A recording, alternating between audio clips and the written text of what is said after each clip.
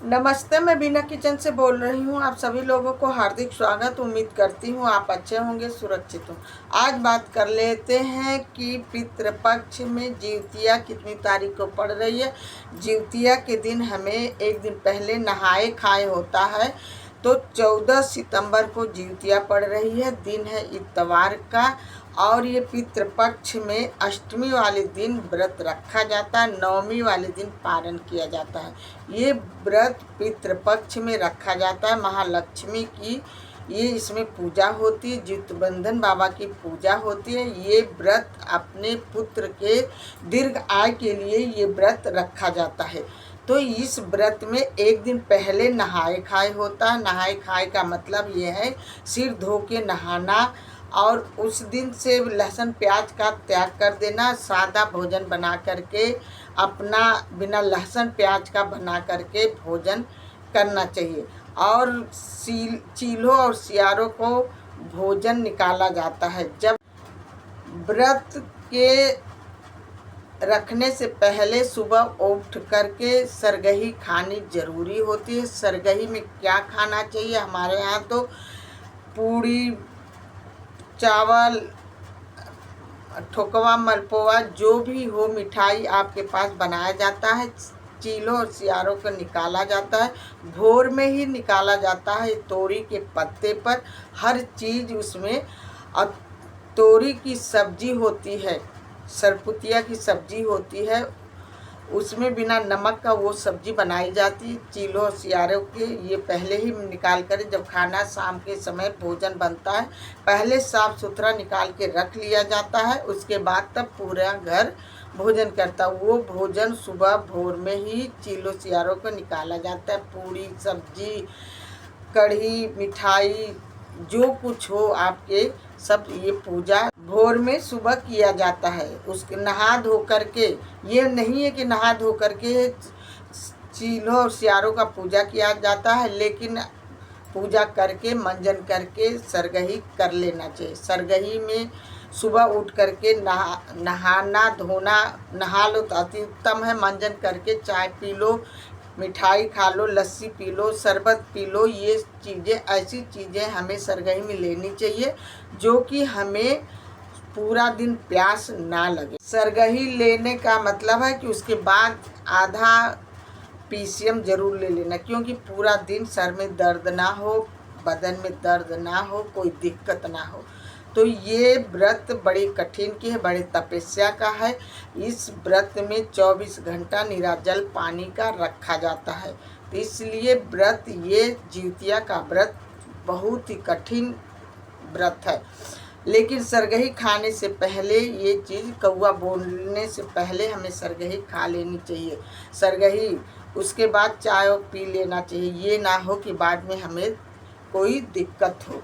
ये जिउतिया का व्रत दूसरे दिन जब पारण करें तो सीधा छू करके, ब्राह्मणों को नहा धो करके सीधा छू करके तब हमें पारण का मतलब है जिउतिया जितना देर तक व्रत रख सकते हो रखना चाहिए। खर जिउतिया इसी को बोला जाता है।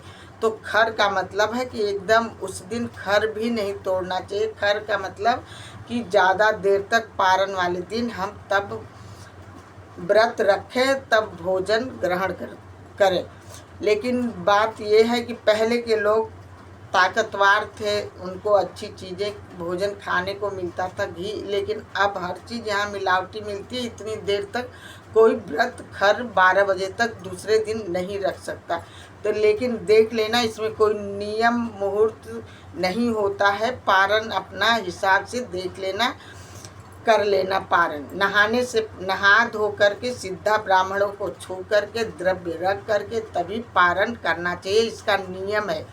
लेकिन सुबह उठने से पहले जो जिउतिया है उसको नहा धो करके अग्यारी करना चाहिए। अग्यारी में जो मिठाई, व्रत वाले दिन, पूजा वाले दिन मिठाई चढ़ता है, तो उसमें से एक मिठाई अग्यारी के लिए निकाल के रख दिया जाता है। अग्यारी करके जिउतिया को घुमा करके ऐसे, तब जिउतिया पहनना चाहिए।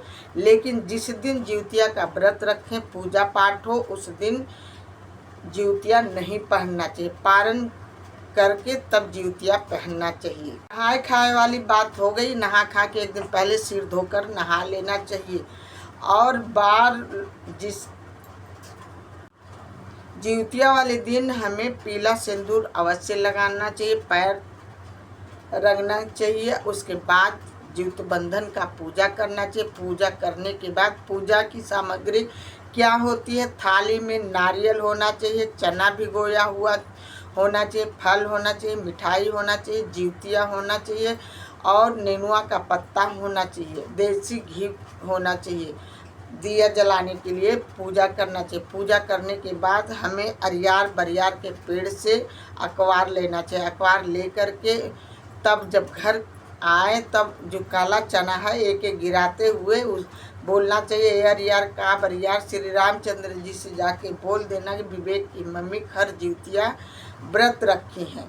तो ये सब चीज़ें कार्य करना बहुत ज़रूरी होता। ये जिउतिया का व्रत अपने पुत्र के दीर्घ आय के लिए रखा जाता। ये व्रत सभी को रखना चाहिए। बहनों का प्रश्न आया था, क्या ये जिसके पास पुत्र हो वही व्रत रख सकता है? ऐसा कुछ नहीं है, लेकिन बड़ों बूढ़ों का कहना यही था कि ये पुत्रों के लिए ही, जीविका पुत्र के लिए ही ये व्रत है।